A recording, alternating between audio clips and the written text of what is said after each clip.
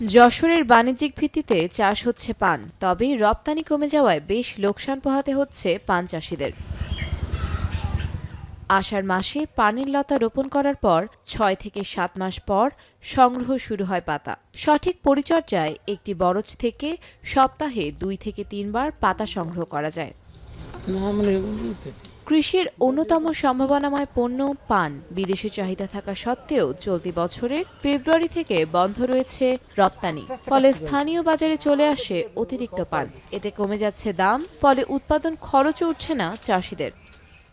পানের দাম নেই, পানের লস। পান আগে যা বিদেশে রপ্তানি হইতো, এখন তো বিদেশে কোনো রপ্তানি নেই। এখন পান চাষি একেবারে ধ্বংস। এখন পানে কোনো দামই নাই, তাইলে আমরা কৃষক যারা আছি তারা কেমনে জোনের টাকা দিব, নিজেদের সংসার চালাবো? যশোরের জগন্নাথপুর গ্রামের বিভূতি সেন ১.৫ বিঘা জমিতে গত বছর ৫ লাখ টাকার পান বিক্রি করলেও এবছর এখনও ১ লাখ টাকারও পান বিক্রি হয়নি। ফলে ক্ষতির শঙ্কায় তিনি। বিদেশে যখন রপ্তানি হতো তখন ওই ১ কেজি পানের ডলার ছিল, $1 আর কি বিদেশে যেত। এখন ওই ডলারে পরিবর্তনে এখন $5 করে নিচ্ছে।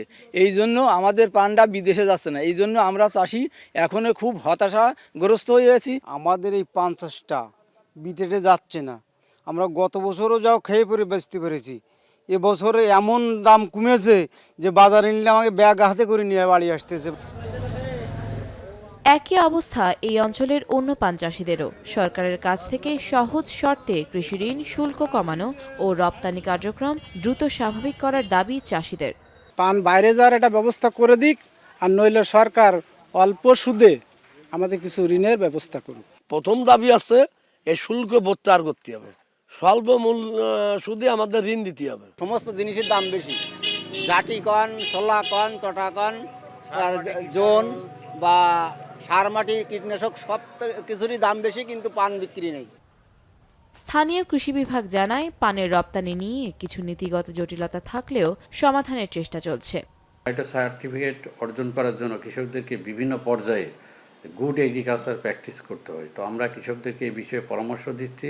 আশা করা যায় যে তারা এই যে গুড এগ্রিকালচারের প্র্যাকটিসটা রপ্ত করে এবং ফাইটোস্যানিটারি সার্টিফিকেট গ্রহণ করে আবার বাইরে রপ্তানি করতে সক্ষম হবে। পান শুধু একটি ফসল নয়, এটি এই অঞ্চলের সংস্কৃতি, অর্থনীতি এবং হাজারো পরিবারের জীবিকার ভরসা। দ্রুত সব সমস্যার সমাধানে উদ্যোগ নেওয়ার দাবি জানান চাষিরা। এখন যশোর।